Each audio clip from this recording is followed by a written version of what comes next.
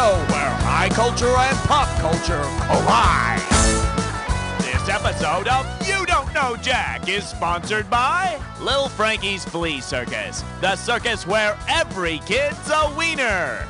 And now, here's your host, Cookie. Hey there! Welcome to the Big Top. What? Am I a clown? Do I scare you? Well then, step right up. So, are you ready for a three-ring circus? Let's ride. Alright, it's time to choose the value of the question. Took a hit on that one. Here's your category. Circus of the Flaming Gassy Stars. Okay, you remember Circus of the Stars, right? Well, suppose you see a circus featuring celestial stars. If a white dwarf appears in the center ring, how will his act go over? He'll be the show's biggest, brightest star, he'll just phone in his performance, he'll be a real bang-up success, or he'll die on stage. I don't get it. It went over great in Peoria. White dwarf stars are stars that are about to go out once and for all. And I understand they prefer to be called white little stars. Okay, select the value. Here's your category. Nothing like a circus tragedy for a good laugh. Guess the magic number here is 3565. Could be your lucky number. Let's find out. Which of the following sounds would be least amusing to a funambulist? Would it be sound 1? Sound 2? Sound 3? Or sound 4? Again, that's sound 1. Sound 2? Sound 3? Or sound 4?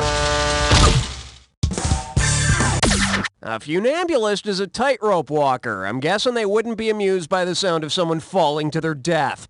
But showing on America's Funniest Home Videos. And we're talking instant comedy. Okay, it's roadkill time. Remember, when you see the item that correctly connects the pair, hit your buzzer. And that bonus question at the end could mean even more cash. Okay, pop the clutch, baby. Pertaining to Greek gods home and cobalt blue. What's the common link between these two?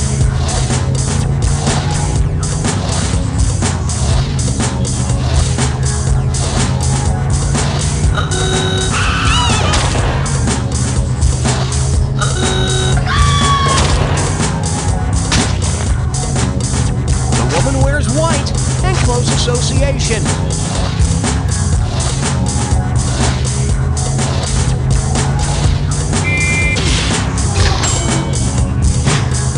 Bell's big invention, an ELO hit blank line. Score! Hypermedia system and Spider's domain.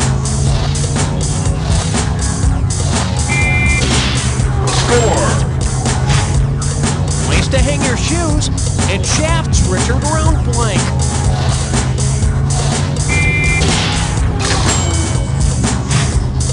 English holiday blank day and blank Helena.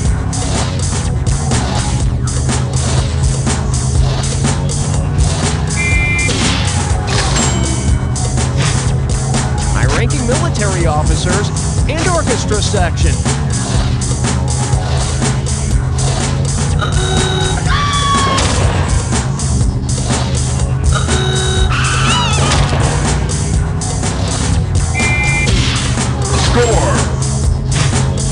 Alright, let's go for the bonus. What do all the correct answers have in common? Are they all amateur sports?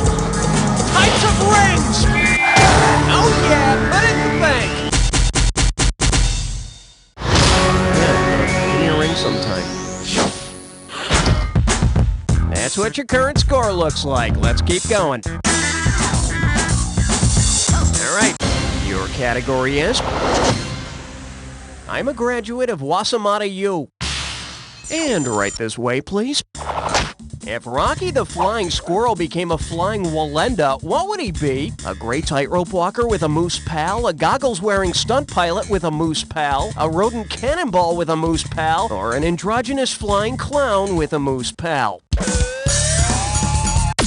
The Flying Wallendas are a legendary family of circus performers most famous for their tightrope walking.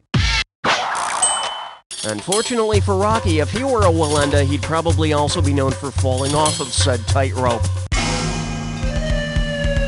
Hey, I like to call this category Run, Don't Walk Away from Your Problems.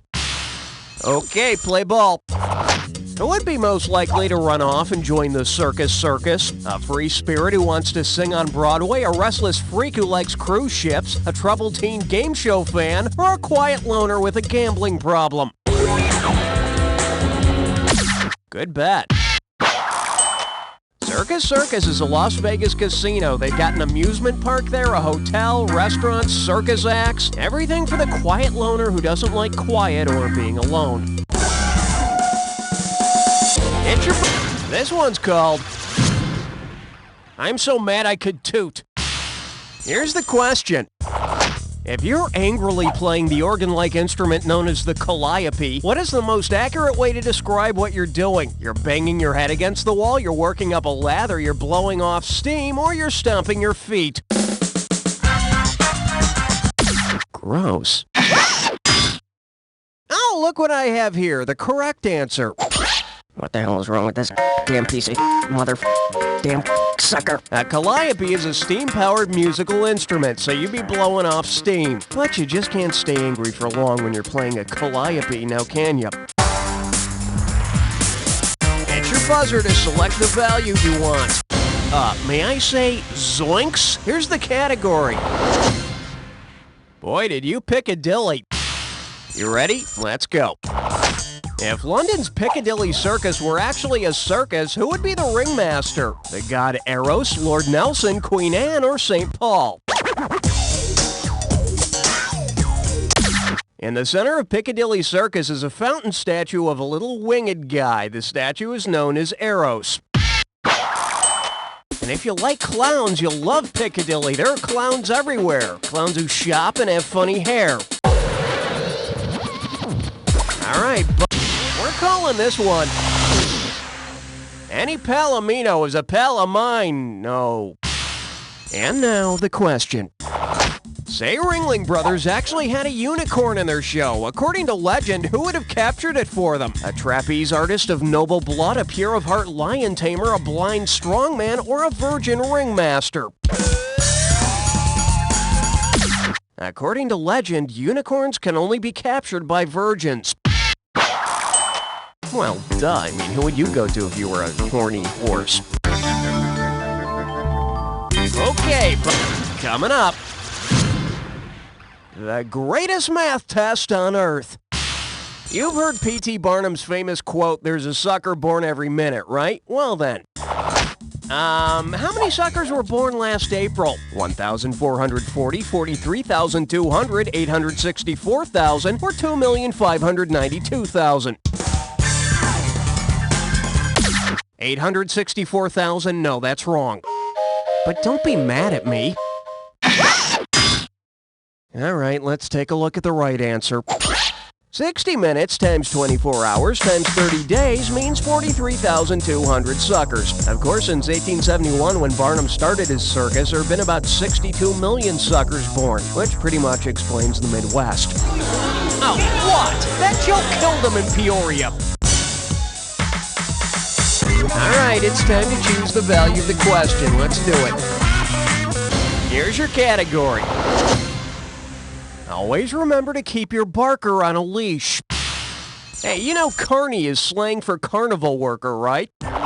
Because they have a carny, which group would you expect to try to guess your weight? The Spice Girls, Salt and Pepper, Wilson Phillips, or the Osmonds? Wilson Phillips has a China, a Wendy, and a carny. And how do they guess your weight? They hold on. you see, that's the name of their big hit song, Hold On. Can I have some water? Okay, select the value of the question. Spank your... You're playing with adult money now, my friend. That's how much you win each time you get it right and lose each time you get it wrong. Oh, get out of here! It's time for a dis or dat question. And this dis or dat questions category is... Let's talk about family. Okay, I'm going to read off 7 names, and for each one, I want you to tell me if it's the name of someone from the comic strip Family Circus or someone from TV's Family Ties. For each right answer, you get some cash, and you're going to lose some for each one you get wrong or that you don't get to. Okay, you have 30 seconds to get all of them. Let's do it.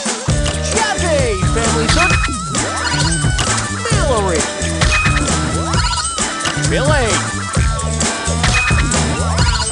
Skippy, Jennifer, Sally,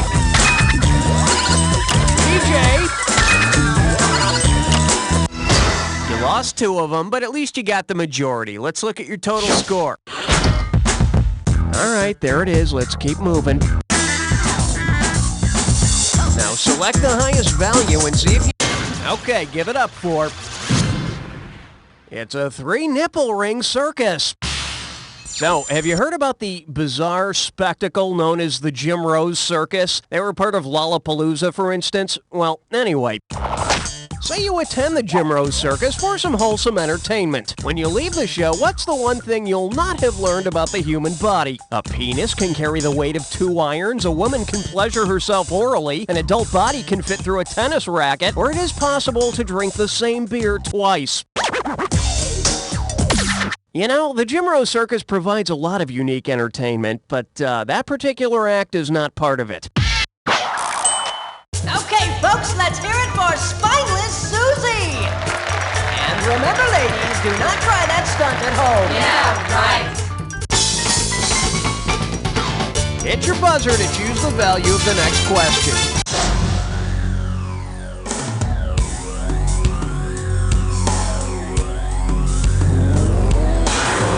Hey there, no clowning around. Here's your clue. All that in one tiny car. But let's not talk about my sexual exploits from high school. Let's check out this Jack Attack.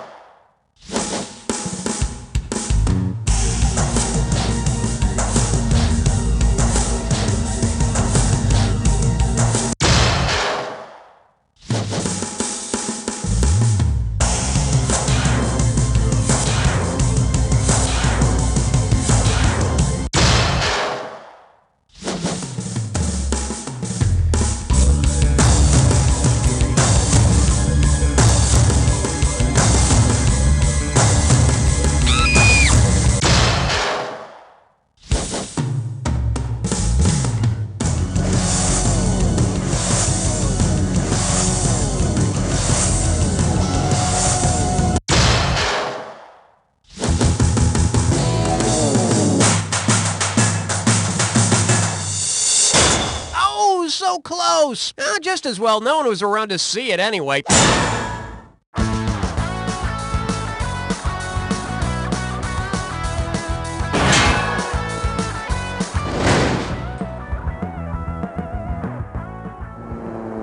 Welcome aboard Advance Airlines. Sit back, relax. Our friendly flight crew will take excellent care of you.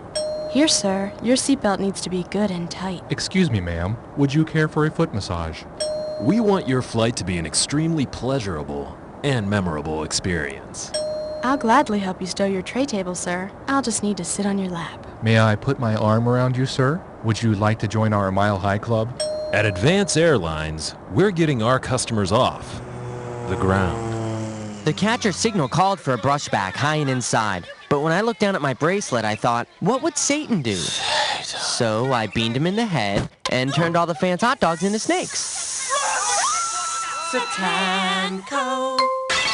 Uh-oh, sounds like someone's drunk again. I can drive fine. Give me my keys. This week on another uproarious episode of Mean Drunk, Miriam doesn't hide David's scotch bottle well enough. I should have married your sister. And David's boss tries to get him to help himself. Stick your 12 steps up your ass. So tune in for another laugh-filled episode of Mean Drunk and see the show that America's Bar Guide called the most entertaining hour on television. The f*** you looking at? One is for the heartache. If you've ever been in love, Two is for the tears. or just had to do your taxes, I'm itemizing the deductions you've taken through the years. this album is for you. I've got more than $400 of interest in you. Then I showed her my long form check here. As sweet as your first kiss, If you would like $1 of your love and as painful as your first audit. to go to my election campaign. Tax Cuts, the new album by Darren Fick. In stores now. You should take another deduction for being blind to my love.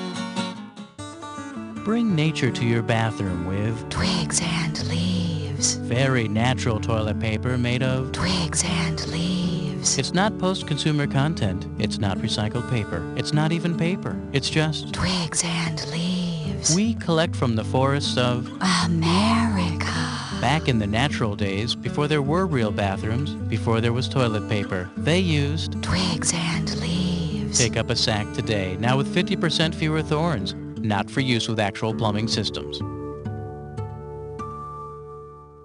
Next week on Round and Round and Round and Round and Roundtable, Doctors Alan Gurm and Gerald Meatbottom discuss the controversial new sleep-inducing therapy for insomnia sufferers, getting up and getting a glass of water. But so much is unknown about the effects of getting up and getting a glass of water. There are dangers of spillage, broken glass, water supply. I mean, what do they do with the water once they have it? Well, we advise they drink it, although we found that handing it to a family member has produced some positive results. Watch as our panelists discuss this controversial new sleep aid and similar therapies. Some of your more irresponsible colleagues are now prescribing other more radical treatments like sitting up and having a ham sandwich or even running around with a plate of Jell-O. Well, we certainly wouldn't support that kind of behavior because of the risks involved, especially to children. Tune in for Get Up and Get Yourself a Glass of Danger, Saturday on Round and Round and Round and Round and Roundtable. In other news, 3 out of 5 celebrities agree that war is bad. Learn more tonight. This week on the James Brown Celebrity Scrabble Tournament, the Godfather of Soul takes on former child star Rusty O'Dean. What? 57 points. H-W-U-N-A-W-U-H? What? That's not a word. In a minute. Jump back. Come on, this isn't fair. I tell you what, fair. It's a minute. Tuesday after Hallie McNeil. Playing solitaire on the computer is fun, right? But it's hard to remember all those rules. Now there's a computer card game that gets back to the basics. 52 Card Pickup 2000. That's right. 52 Card Pickup 2000 does all the work by throwing the virtual deck all over the virtual room. Whoa! There are cards all over the place. You know what to do next. Here's the 4 of clubs under this couch. I'm gonna pick it up. Wow, there's 3 or 4 under this table. I'm gonna pick them up. You can play by yourself or set up exciting tournament play. With your web browser, you can even play other people across the internet. It's simple, it's repetitive, it's 52 Card Pickup 2000. You'll wonder why you ever owned a real deck of cards.